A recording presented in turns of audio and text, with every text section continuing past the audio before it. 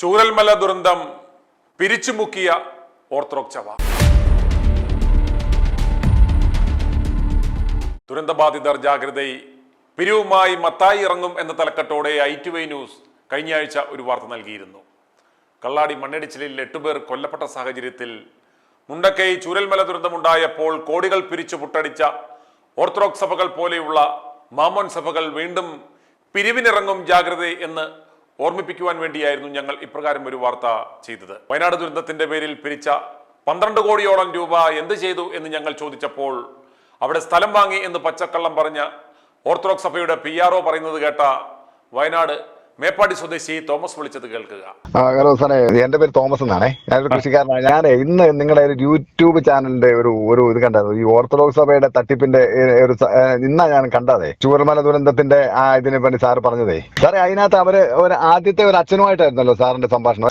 അതിനകത്ത് സാറേ ഈ അച്ഛൻ പറയുന്നില്ലേ, ഈ ചൂരൽമല എനിക്ക് സ്ഥലമുണ്ട്, താമസിക്കുന്നത് ഞാൻ മേപ്പാടി തന്നെ. ഇവര് പറയുന്നത് ഈ ചൂരൽമലയിൽ ഇവര് സ്ഥലം വാങ്ങി എന്ന് പറയുന്നത് വെറുതെ സാറേ. കാരണം ചൂരൽമല അങ്ങനെ ഒരു സ്ഥലം വാങ്ങാൻ കിട്ടുകയില്ല. അത് തന്നെയല്ല, അവിടെ താമസയോഗ്യം അല്ലെന്നും പറഞ്ഞുകൊണ്ട് സർക്കാർ അങ്ങനെ പ്രഖ്യാപിച്ചിട്ടുണ്ട്. അവിടെ ഒരു താമസയോഗ്യത്തിന് അല്ലാത്ത സ്ഥലം വാങ്ങലും നടക്കൂല അവിടെ. കാരണം അവിടെ അങ്ങനത്തെ ഒരു സ്ഥലവും ഇല്ല. ഇവര് കാപ്പിത്തോട്ടം വാങ്ങി അതിനകത്ത് പറഞ്ഞേക്കുന്നത്. അതെ അതെ, അങ്ങനെ ഒരു കാപ്പിത്തോട്ടം ഉണ്ടോ ഈ ചൂരൽമലയിൽ? ഇല്ലെന്ന് വെറുതെ പറയുന്നവര്. കാരണം അങ്ങനെ ഒരു കാപ്പിത്തോട്ടം അവിടെ ഇല്ലതാണ്. കാരണം അവിടെ താമസയോഗ്യം അല്ല. മുണ്ടക്കൈ ചൂരൽമല അവിടെ ഒന്നും താമസയോഗ്യം അല്ലെന്നും പറഞ്ഞുകൊണ്ടിരിക്കുന്നിടത്ത് പിന്നെ ഇവർ എങ്ങനെ സാറേ മറ്റേ ഇവിടെ പോയിട്ട് ഈ സ്ഥലം വാങ്ങുന്നത്? അത് ഇവന് ആദ്യം തൊട്ട് അവസാനം വരെ പച്ച കള്ള പണി പുരോഗമിക്കുക എന്ന് പറയുന്ന അവസാനം സ്ഥലം പോലും മേടിച്ചിട്ടില്ല, തറക്കല്ല് പോലും ഇട്ടില്ല എന്ന് പറയുന്നുണ്ടോ? വെറുതെ പറയുന്ന ഈ ഓർത്തഡോക്സിന്റെ ഇത് മാത്രമേ ബാക്കിയുള്ളൂ. ഞങ്ങളെ ഞാൻ ആർസിക്കാരുടെ മാനന്തവാടി രൂപതയിലെ കുറെ വീടുകൾ കൊടുത്തിട്ടുണ്ട്. അവിടെ പള്ളിയിൽ നിന്നുള്ള പിരിവ് മാത്രമേ, പുറത്തുനിന്നുള്ള പിരിവൊന്നും ഇല്ലായിരുന്നു. അതിന്റെ എത്രത്തോളം കണ്ടെന്ന് പറയാൻ പറ്റില്ല. പക്ഷെ ഇവർ വെറുതെ പച്ചക്കള്ളോ പറയുന്നത്. ചൂരൽമല അങ്ങനെ ഒരു തൊഴിൽ വാങ്ങിയിട്ടില്ല. അത് തന്നെ അവിടെ താമസയോഗ്യം അല്ല എന്ന് പറഞ്ഞ് സർക്കാർ പറഞ്ഞിട്ടുള്ളതാ. പിന്നെ അവിടെ കാരണം മുണ്ടക്കൈ ദുരന്തം ഇതെല്ലാം വന്നിരിക്കുന്ന കാരണം പിന്നെ അവരെവിടെ എന്തിനാ അവിടെ സ്ഥലം വാങ്ങുന്നത് എനിക്ക് മനസ്സിലാകുന്നില്ല. അത് അവിടെ ഒരു കാരണവശാലും അവിടെ സ്ഥലം അങ്ങനെ വാങ്ങിയിട്ടില്ല. അവിടെ അങ്ങനെ ഒരു കാപ്പിത്തോട്ടം ഉണ്ട്. പക്ഷെ പറഞ്ഞിട്ട് കാര്യമില്ല, അവിടെ താമസയോഗ്യം അല്ലെന്ന് പറഞ്ഞിട്ട് ആൾക്കാരെ മുഴുവൻ ടൗൺഷിപ്പിലേക്ക് മാറ്റിയതാണല്ലോ. ഈ ഓർത്തഡോക്സ് സഭയ്ക്ക് ഇത് അവിടെ എന്തെങ്കിലും തരത്തിൽ ഇതുപോലൊരു സ്ഥലം മേടിക്കുവോ എന്തെങ്കിലും വീട് വെക്കുവോ പൈസ കൊടുത്തതായിട്ടോ അറിവുണ്ടോ? ഒന്നും ചെയ്തില്ല. ഓർത്തഡോക്സിന്റെ അവിടെ ഒരു പള്ളി നമ്മളെ ഇപ്പൊ വില്ലേജ് ഇപ്പൊ ഇങ്ങോട്ട് മാറ്റി. നമ്മളെ ഈ ഇപ്പം പൊട്ടിയേക്കുന്നില്ലേ ഇപ്പം മറ്റേ മീനാക്ഷി വിലാസം എന്ന് പറഞ്ഞു. മീനാക്ഷി ഞാൻ സ്ഥിരം പോകുന്ന വഴിയാണ്. ഞാൻ എന്റെ തോട്ടത്തിലേക്ക് പോകുന്ന വഴിയാണ്. ആ മീനാക്ഷി വിലാസത്തിന്റെ അടുത്താണ് ഇപ്പം ഇപ്പം നടന്നേക്കുന്നത്. അവിടെ ഈ ഓർത്തഡോക്സിന്റെ ഒരു പള്ളി ഉണ്ടെന്നല്ലാതെ അവിടെ സ്ഥലവും വാങ്ങിയിട്ടില്ല, ഒന്നുമില്ല. അങ്ങനെ ഒരു തോട്ടം ഇല്ല അവിടെ. ഇപ്പൊ കള്ളാടി എന്ന് പറഞ്ഞ സ്ഥലത്താണ്. കള്ളാടി എന്ന് പറയുന്ന സ്ഥലത്ത്, കള്ളാടി അല്ല ശരിക്കും പേര് കള്ളാടിയാണല്ലോ. മീനാക്ഷി വിലാസം എന്ന് പറയുന്ന സ്ഥലത്താണ് ഇപ്പം മീനാക്ഷി പാലം എന്ന് പറയുന്നത്. മീനാക്ഷി ഒരു എസ്റ്റേറ്റ് ഉണ്ട് അവിടെ, ഒരു 300 ഏക്കറുള്ള ഒരു മറ്റേ കാടമം തോട്ടം, മറ്റേ ഏലത്തിന്റെ തോട്ടം. അവിടെ ആയിട്ടാ ഇപ്പൊ ഈ പൊട്ടിയെന്ന് പറഞ്ഞിട്ട് അങ്ങനെ പൊട്ടില്ല. മറ്റേ ഈ മോളിൽ നിന്ന് വന്നിട്ട് ഈ മണ്ണെല്ലാം കൂടെ കൂട്ടി വെറുതെ അതിന്റെ മുകളിൽ ഒരു കോട്ടിങ്ങും വെച്ചിട്ട് മറ്റേ അതിന്റെ മുകളിൽ പ്ലാസ്റ്റിക് ഇട്ടിട്ട് ആ മണ്ണ് മോളിൽ നിന്ന് സ്ലൈഡ് ചെയ്ത് വന്നിട്ട് അതെല്ലാം കൂടെ താഴേക്ക് പോകുന്നതാ ഇപ്പം. കാരണം ഞാൻ പോകുന്ന വഴിയാ, സ്ഥിരം പോകുന്ന വഴിയാതെ. ഇവരിവിടെ ഇങ്ങനത്തെ ഒരു സ്ഥലമേ വാങ്ങിയിട്ടില്ല. കാരണം ഓർത്തഡോക്സിന്റെ ഞങ്ങളെ മറ്റേ ചൂരൽമലയാണ് ഒരു പള്ളിയുള്ള അവിടെ. ഈ ചൂരൽമല ഇവരുടെ പള്ളിക്ക് അന്ന് എന്തെങ്കിലും നാശനഷ്ടമോ അവിടുത്തെ ഇടവക്കാർക്ക് എന്തെങ്കിലും? അവിടെ പള്ളിക്ക് അങ്ങനെ ഒരു നാശനഷ്ടം വന്നിട്ടില്ല. കാരണം ഇപ്പോഴും ആ പള്ളി ഇടവക്കാരുടെ ആരുടെയും വീട് പോയിട്ടില്ലെന്നാണ് നമ്മുടെ അന്വേഷണത്തിൽ മനസ്സിലാക്കാൻ സാധിച്ചത്. പോയെന്ന് പറഞ്ഞാൽ ആർസിക്കാരുടെ കുറച്ച് പോയിട്ടുണ്ട്. അതല്ലാതെ ഇടവക്കാരുടെ ആരുടെ ഒരു ഒന്നും പോയിട്ടില്ല അവിടെ. കാരണം അവിടുത്തെ ഒരു പള്ളിക്കാരനെ എനിക്കറിയാം, അവിടുത്തെ ആൾക്കാരെ എനിക്കറിയാം. കാരണം നമ്മൾ പോകുന്ന വഴിക്ക് തന്നെ റൈറ്റ് സൈഡിൽ അവരുടെ ഒരു ചെറിയ പള്ളിയുണ്ട്, കുറച്ച് ഇടവക്കാരുണ്ടെന്ന് പറഞ്ഞു. പക്ഷെ അതിന്റെ കുറെ താഴെയായിട്ടാണ് ഈ പുഴയുള്ളത്, മറ്റേ ഈ പൊട്ടിയേക്കുന്നത്. പക്ഷെ ഇവരുടെ സ്ഥലം ഒന്നും പോയിട്ടില്ല. ഇവരുടെ സ്ഥലക്കാര് ചിലപ്പോൾ പറയാൻ പറ്റൂല, ചിലപ്പോൾ ഒന്നേ കാണും. പക്ഷെ ഇവരവിടെ സ്ഥലം വാങ്ങിയിട്ടില്ല. കാരണം ചൂരൽമല അങ്ങനെ ഇവർക്ക് വേണ്ടി ഒരു സ്ഥലം വാങ്ങാൻ പറ്റൂല. കാരണം എന്താ വെച്ചാൽ ഈ ഒരു പർപ്പസിന് ഇവർക്ക് ഇവരെ പുനരധിവസിപ്പിക്കാനാന്നുള്ള രീതിയിലാണ് ആണെങ്കിൽ ആ ചൂരൽമല അങ്ങനെ ഒരു സ്ഥലവും ഇല്ല. പക്ഷെ തേയിലത്തോട്ടം ഉണ്ടെങ്കിലും ഇതെല്ലാം അവിടെ വാസയോഗ്യമല്ലെന്നും പറഞ്ഞുകൊണ്ട് സർക്കാർ പറഞ്ഞേക്കുന്നത്. അവിടെയൊന്നും ഇങ്ങനത്തെ ഒരു അവിടെയൊക്കെ വീട് ആൾക്കാർ ഒഴിഞ്ഞു പോകുന്നതാണല്ലോ അവിടുന്ന്. അപ്പൊ പിന്നെ എങ്ങനെ സാറേ ഈ ഇപ്പം അവിടെ പോയിട്ട് ഇവര് വാങ്ങുന്നത് എനിക്ക് മനസ്സിലാകുന്നില്ല. അത് ഇവര് ചൂരൽമല വാങ്ങിയെന്ന് പറഞ്ഞാൽ വേറെ എവിടെയെങ്കിലും വാങ്ങിയിട്ടുമില്ല. അവര് വെറും തട്ടിപ്പായി പറയുന്നത്. എനിക്കവിടെ കൃഷിയുണ്ട്. ഞാൻ പറഞ്ഞില്ലേ, ഈ ചൂരൽമല വില്ലേജാണ് എന്റെ, ഈ വെള്ളരിമല എന്ന് പറയും, വെള്ളരിമല വില്ലേജിലാണ് എന്റെ തോട്ടം ഉള്ളത്. ഞാൻ ഈ പോകുന്ന വഴിക്കാണ് ഇപ്പൊ പൊട്ടിയേക്കുന്നത്. അവിടെ കുറച്ചുകൂടെ മുന്നോട്ട് പോകണം. ആദ്യമേ പൊട്ടിയത് നമ്മുടെ ഈ ചൂരൽമല പൊട്ടിയേക്കുന്നത്.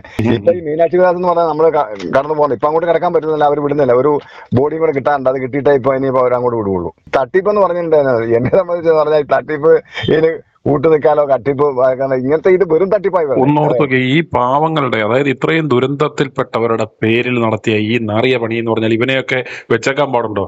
സത്യമാണ്. ഇവനൊക്കെ സഭയെന്നും പറഞ്ഞ് നടക്കുന്നത്. ഇവനൊക്കെ ഇവനെക്കാളും ഒക്കെ എത്രയോ ഭേദമാണ് ചമ്പൽ കൊള്ളക്കാരന്മാര്. സത്യമാണ്. ഇതൊക്കെ വെളിച്ചത്ത് വരണം. ഇതൊക്കെ വെളിച്ചത്ത് വന്നില്ലെങ്കിൽ എന്താ പറയാ, ഇത് തട്ടിപ്പെന്ന് പറഞ്ഞ പോലെ ചൂരൽമല എന്ന് പറയുന്ന ഭാഗത്ത് അങ്ങനെ ഒരു കാപ്പിത്തോട്ടം അവർ വാങ്ങിയിട്ടില്ല. അവിടെ വാങ്ങാനും പറ്റൂല. കാരണം എന്താ, വാസയോഗ്യമല്ലാത്ത സ്ഥലത്ത് നമ്മൾ മേപ്പാടി അങ്ങോട്ട് ലാൻഡ് സ്ലൈഡ് എന്നുള്ള ആ ഒരു സൈഡില് ഈ അവിടെ താമസയോഗ്യം അല്ല എന്ന് പറഞ്ഞ സ്ഥിതിക്ക് അങ്ങനെ ഉണ്ടെങ്കിൽ ഈ മറ്റേ ഈ ആദ്യമേ പൊട്ടിയവരെ ചൂരൽമല പൊട്ടിയവർക്ക് അവിടെ കൊടുത്താൽ പോരെ സാറേ?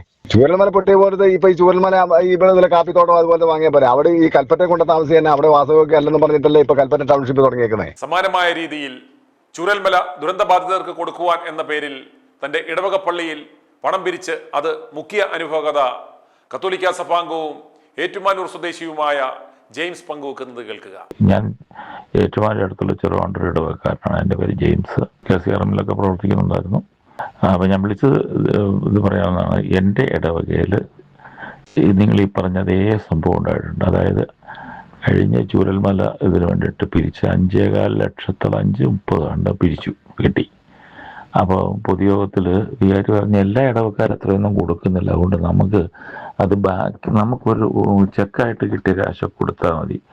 1.25 ലക്ഷത്തോളം ഉണ്ടായിരുന്നു, അത് കൊടുത്താൽ മതി. ബാക്കി നമുക്ക് ഇവിടെ ഇടവകയിൽ ചാരിറ്റി വർക്കിന് ഉപയോഗിക്കാമെന്ന് പറഞ്ഞ് മാറ്റി. മറ്റിടവക്കാരും കൊടുക്കുന്നില്ല, അത്രയൊന്നും കൊടുക്കുന്നില്ല എന്ന് പറഞ്ഞു.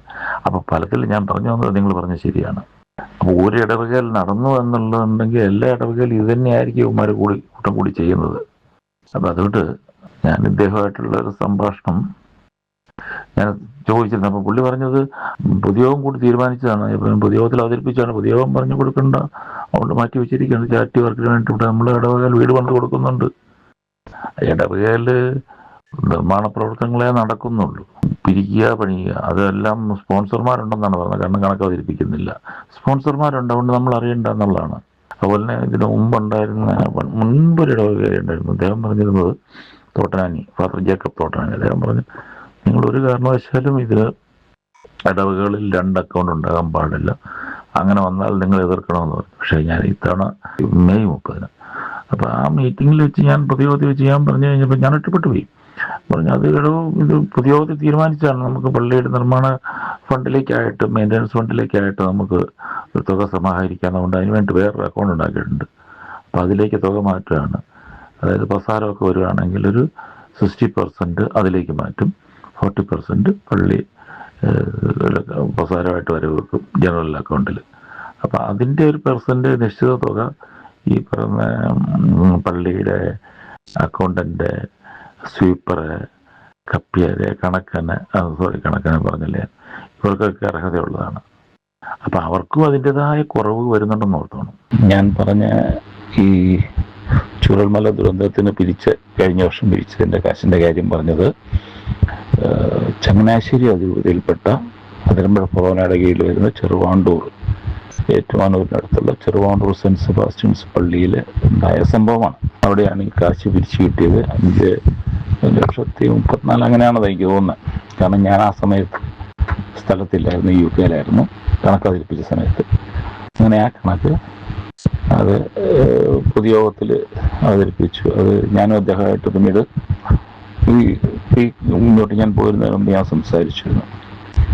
അദ്ദേഹം പറഞ്ഞു അത് പൊതുയോഗത്തിൽ അവതരിപ്പിച്ചാണ്. ഈ പൊതുയോഗത്തിലും അദ്ദേഹം പറഞ്ഞു പൊതുയോഗത്തിൻ്റെ അനുമതി പ്രകാരമാണ് അത് മാറ്റി വെച്ചിരിക്കുന്നത് എന്ന് പറഞ്ഞു. അപ്പം ഞാൻ അതിനെക്കുറിച്ച് പറഞ്ഞത്, ഞങ്ങളുടെ ഇടവകയിൽ തന്നെ ഇപ്പോൾ പള്ളിയോട് ഏറ്റവും അടുത്ത് പ്രവർത്തിക്കുക കൊച്ചിനെ കൈക്കാരനൊക്കെ ആയിട്ട് പ്രവർത്തിക്കുന്ന അദ്ദേഹത്തിൻ്റെ കൊച്ചിന് ചികിത്സാർത്ഥം, കൊച്ചിൻ്റെ കിഡ്നി ഫെയിലിയറായിട്ട് മകൾക്ക് സർജറിക്ക് വേണ്ടിയിട്ടൊക്കെ കാശ് പിരിച്ചിരുന്നു. പക്ഷേ കുട്ടി മരിച്ചു പോയപ്പോൾ അയാൾ എന്ത് ചെയ്തെന്ന് ചോദിച്ചു കഴിഞ്ഞാൽ, ഇടവകക്കാർ കൊടുത്ത ഓരോരുത്തരുടെയും കയ്യിൽ നിന്ന് കിട്ടിയ കാശ് അയാൾ കൃത്യമായിട്ട് അവർക്ക് തിരിച്ചു കൊടുത്തു. അവരോരുത്തരുടെ അക്കൗണ്ടിലേക്ക് അയാൾ ഇട്ട് കൊടുത്തു. കാശായിട്ട് കൊടുത്തവർക്ക് ഓരോ അക്കൗണ്ടിലേക്ക് ഇട്ട് കൊടുത്തു. നേരിട്ട് ചെല്ലാത്ത ആൾക്കാർക്കെല്ലാം അക്കൗണ്ടിൽ ഇട്ട് കൊടുത്തു. അങ്ങനെ ഒരു മാതൃക ഉള്ളിടത്താണ് ഈ പണി കാണിച്ചിരിക്കുന്നത്. എന്ത് ഉദ്ദേശത്തിൽ പിരിച്ചോ ആ ഉദ്ദേശത്തിൽ നിന്ന് വേറിട്ട് കാശ് മാറ്റി സൂക്ഷിച്ചിരിക്കുന്നത്. പിന്നെ ഈ ഇടവകയിൽ തന്നെയാണ് മരിച്ചുപോയ അച്ഛനാണ് പ്രായം നിന്ന് അച്ഛൻ ഒരു 10-20 വർഷങ്ങൾക്ക് മുമ്പ് അദ്ദേഹം പറഞ്ഞു, ഇടവകയിൽ 2 തരത്തിലുള്ള കണക്കുകൾ ഉണ്ടാകാൻ പാടില്ല. ഇടവകയുടെ കണക്ക് ഒറ്റ കണക്ക് ഉണ്ടാകാൻ പാടുള്ളൂ. ആ കണക്ക് അരമനെ കാണിക്കാനും യഥാർത്ഥ ചെലവും രണ്ട് തരത്തിലുണ്ടാകും. എന്നിട്ട് എന്താ പറ്റും ചോദിച്ചു കഴിഞ്ഞാൽ അരമനയെ കാണിക്കുമ്പോൾ കുറച്ച് കാണിക്കും, ഇത്ര ഇവിടെ ചിലവ് വരവുണ്ടായുള്ളൂ, അതുകൊണ്ട് ഇത്രയും പെർസെൻറ്റേജ് അരമനയ്ക്ക് തരാനുള്ളൂ എന്ന് പറയും. പക്ഷേ ഇത് പറഞ്ഞാലും പറഞ്ഞില്ലെങ്കിലും അരമനയിലിരിക്കുന്നവർക്കും അറിയാം, കാരണം ഇവിടുന്ന് പോയ അച്ഛന്മാരാണല്ലോ അവിടെ ഇരിക്കുന്നവരെല്ലാം. അപ്പോൾ ഈ തോട്ടനാനി അച്ഛൻ പറഞ്ഞു, ജേക്കബ് തോട്ടനാനി, അദ്ദേഹം പറഞ്ഞു ഒരു കാരണവശാലും ഇത് അംഗീകരിക്കാൻ പാടില്ല, മേൽപ്പട്ടക്കാരെ മേൽ സംവിധാനങ്ങളെ പറ്റിച്ചിട്ട് വേണം നമുക്ക് കാശ്, അത് ക്രിസ്തീയതയല്ലല്ലോ, അതുകൊണ്ട് മേലിൽ ഇങ്ങനൊരു സംഭവം ഉണ്ടായാൽ അതിനെ നിങ്ങൾ എതിർക്കണം എന്ന് അദ്ദേഹം പറഞ്ഞിട്ട് പോയി. പക്ഷേ അന്നും ആ യോഗത്തിൽ അച്ചോ ഇത് കാലാകാലങ്ങളിൽ ഇവിടെ വന്ന വികാരിമാരാണ് ഞങ്ങളെ പഠിപ്പിച്ചത് എന്ന് പറഞ്ഞ ഒരാളുണ്ട്, ഫ്രാൻസിസ് CC വെളുത്തേക്കാരായി. അദ്ദേഹം ആ പൊതുയോഗത്തിൽ അച്ഛനോട് പറഞ്ഞതാണ്. പക്ഷെ ഏതായാലും ഇപ്പോൾ സംഭവിച്ചിരിക്കുന്നത്, ഇപ്പോഴത്തെ വികാരി ഫാദർ സോണി ചുരപ്പുഴ, അദ്ദേഹം വന്നതിന് ശേഷം അദ്ദേഹം പൊതുയോഗത്തിൽ പറഞ്ഞ നമുക്ക് അദ്ദേഹം വന്നപ്പോൾ തന്നെ പള്ളി പൊളിച്ചു പണിയണം, അതിനെക്കുറിച്ചുള്ള സ്റ്റഡി നടത്തലാണ് അദ്ദേഹത്തിൻ്റെ പരിപാടി. ഇദ്ദേഹം അവിടെ വഴിയേരിയിലുണ്ടായിരുന്ന മഠം അവിടുന്ന് പൊളിച്ച് മാറ്റി പള്ളിമേടയുടെ തൊട്ട് പുറകിലായിട്ട് കൊണ്ട് പള്ളിയുടെ സ്ഥലം കൊടുത്ത് അവിടെ ആദ്യം പറഞ്ഞ 60 ലക്ഷം രൂപ എന്നാണ് പറഞ്ഞത്. പിന്നെ അത് 1.25 കോടി 1.5 കോടിയോ മറ്റേ പള്ളിക്ക് ചിലവായി. മതിൽ കെട്ടിയതാണ്, ഇതാണ് ഇതെന്നും പറഞ്ഞ് ഓരോരോ പല വകയായിട്ടാണ് കൊടുത്തത്. എനിവേ, അപ്പം ആ മഠം അവിടുന്ന് മാറ്റിയിട്ട് ആ സ്ഥലം സ്കൂളിൻ്റെ കളിസ്ഥലവും കൂടെ ഒരുമിച്ച് ചേർത്ത് ലെവൽ ചെയ്ത് അത് ലീസിന് കൊടുക്കാനുള്ള നടപടി ബോർഡും വെച്ചിട്ടുണ്ട്. അപ്പം അതിനുള്ള ശ്രമങ്ങൾ നടത്തിക്കൊണ്ടിരിക്കുകയാണ്. പിന്നെ ഇദ്ദേഹം നിർമ്മാണ പ്രവർത്തനങ്ങളിലാണ് ഇദ്ദേഹത്തിൻ്റെ സ്പെഷ്യലൈസ് ചെയ്തിരിക്കുന്നത്. പള്ളി മൈതാനം മുഴുവൻ ടൈലിട്ടു, പള്ളിയുടെ ചുറ്റും മതിലും ഇരുമ്പ് കൊണ്ടുള്ള വേലികളൊക്കെ ഉണ്ടാക്കിയിട്ട് അതിന് പള്ളിക്ക് ടോട്ടലി വൈകുന്നേരം 8 മണി കഴിഞ്ഞാൽ പള്ളിയിലേക്ക് ആൾക്കാർക്ക് കയറാൻ പറ്റത്തില്ല. പള്ളിയിലേക്കും മൈതാനത്തേക്കും ഉള്ള എല്ലാ ഗേറ്റുകളും ലോക്കിട്ട് പൂട്ടി കപ്പിയാൽ പോകുന്നത്. പിന്നെ ആ കൂടെയുള്ളത് വേണമെങ്കിൽ അച്ഛനെ ടെലിഫോണിൽ കോണ്ടാക്ട് ചെയ്യാം. പിന്നെ മഠത്തിലേക്കും പള്ളിയിലേക്കുള്ള ഗേറ്റ്, അങ്ങനെ ഗേറ്റ് ഇല്ല അവിടെ. അങ്ങനെയാണ് ഇപ്പോഴത്തെ സിറ്റുവേഷൻ അവിടെ. വയനാട് ദുരന്തത്തിന്റെ പേരിൽ കേരളത്തിലെ സഭകൾ നൂറുകണക്കിന് കോടി പിരിച്ച് തട്ടിപ്പ് നടത്തിയെന്നും അത് അർഹതപ്പെട്ടവർക്ക് നൽകിയിട്ടില്ല എന്നും ഞങ്ങൾ സംസ്ഥാന മുഖ്യമന്ത്രിക്ക് ഒരു പരാതി നൽകിയിട്ട് ഒരു അക്നോളജ്മെന്റ് പോലും ഇതുവരെ ലഭിച്ചിട്ടില്ല എന്ന് അറിയിക്കട്ടെ. തീവട്ടി വിജയനായിരുന്നപ്പോൾ ഒരു അക്നോളജ്മെന്റ് എങ്കിലും നമുക്ക് ലഭിക്കുമായിരുന്നു. പെന്മാരുടെ അരമനകൾ നിരങ്ങുവാൻ പോകുന്ന സതീശൻ ഇക്കാര്യമൊക്കെ ഒന്ന് ശ്രദ്ധിച്ചാൽ കൊള്ളാം. i2i News, an eye for truth. i2i News subscribe ചെയ്തിട്ടില്ലാത്തവർ ഇപ്പോൾ തന്നെ സബ്സ്ക്രൈബ് ചെയ്യുക. നോട്ടിഫിക്കേഷൻ ലഭിക്കുവാൻ ബെൽ ബട്ടണും അമർത്തുക.